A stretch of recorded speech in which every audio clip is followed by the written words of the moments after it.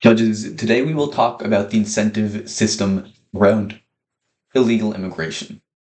Imagine you are a Bolivian drug trafficker who wishes to enter the United States.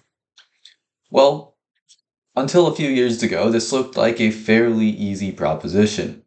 You would simply walk up all of Central America, fairly difficult, but certainly achievable, and go straight through the American border with very little risk of being caught. Now, obviously, the situation has changed over the past year as the Trump administration has become much more forceful in prosecuting and stopping the flow of illegal immigration through the United States border. This would, of course, change your perspective as a Bolivian drug trafficker of whether or not you wanted to make that journey in the first place, knowing that knowing that you don't have a high chance of entering the US undetected. This is an example of an incentive system. During President Biden's term, there were far fewer disincentives, so far few reasons for illegal immigrants not to come to the United States than there are now. This is important to understand in answering the question, are voluntary self-deportation incentives effective? To answer this question, we will look at three separate points. Starting with the scoop, the background on this story. Second, diving into incentive systems and how they should be designed. And third, talking about how simple solutions often trump complex ones when it comes to illegal immigration. To start off, let's talk about the background of this issue. So, let's define a few key terms.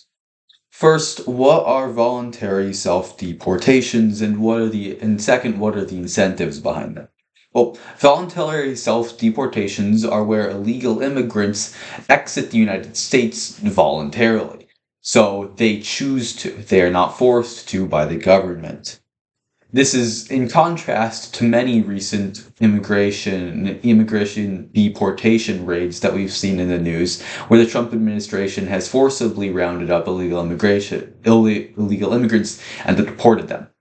So that's what makes voluntary self-deportation completely different, is that the illegal immigrants do it themselves. Similarly, let's talk about the incentives. The Hill reports on October 2025, that the Department of Homeland Security is paying $1,000 to every illegal immigrant who self-deports themselves to their homeland. Once upon giving the Department of Homeland Security evidence that they have arrived in their homeland, the Department of Homeland Security will pay that illegal immigrant those $1,000 and cover their plane ticket. So these are the incentives to push illegal immigrants back into their home countries, but to cause them to do it voluntarily instead of being rounded up by the Trump administration. Now, at first hand, this might seem like a weird secondary policy, but this actually matters when analyzing illegal immigration. This article from The Hill continues, noting that to arrest, detain, prosecute, and deport illegal immigrants can cost $17,000, all from the federal government. That means per person.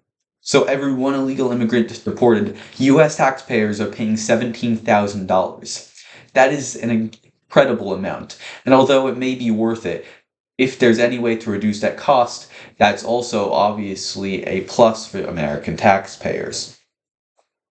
This would be through voluntary self-deportation, the U.S. taxpayers only have to pay $1,000 instead of $17,000. This 17-fold cut in cost is obviously a benefit. Self-deportation has also been effective, at least according to this article from The Hill. 1.6 million illegal immigrants have self-deported. The Cato Institute on December 30, 2025, claims that self-deportations are not the main reason for the decline in illegal immigration. While this may be true and it may be due to other factors, as we saw from the Hill article, 1.6 million self-deportations is not an insignificant number. So now that we've seen the background of this story, let's talk about the incentive system real quick. A system of incentives is where you receive a reward or a punishment for taking certain actions. So, to deter illegal immigration, it's quite simple. If we want to deter illegal immigration, there must be small rewards. There must be rewards for not illegally immigrating or punishments for those who do illegally immigrate. That's the way to cause illegal immigrants to stop entering the country in the first place. They must know that there will be deterrence and that they will not be able to. That is how you build an effective incentive system. If you want to disincentivize illegal immigration, then you make the proposition of illegally immigrating to the United States a very costly one to illegal immigrants. And our third point is the fact that to make that costly may not require extremely complex immigration rates. So our third point is that simple solutions can sometimes be the answer. Self-deportation is obviously extremely effective, as it's already resulted in the voluntary self-deportation of 1.6 million illegal immigrants. There are also other solutions, extremely simple ones, such as the border wall. Although the border wall is extremely popular and unpopular and has been turned into a meme online, border walls are in fact effective. According to the American Economic Journal, in a report from 2020, they found that a border wall would cut illegal immigration by 35%.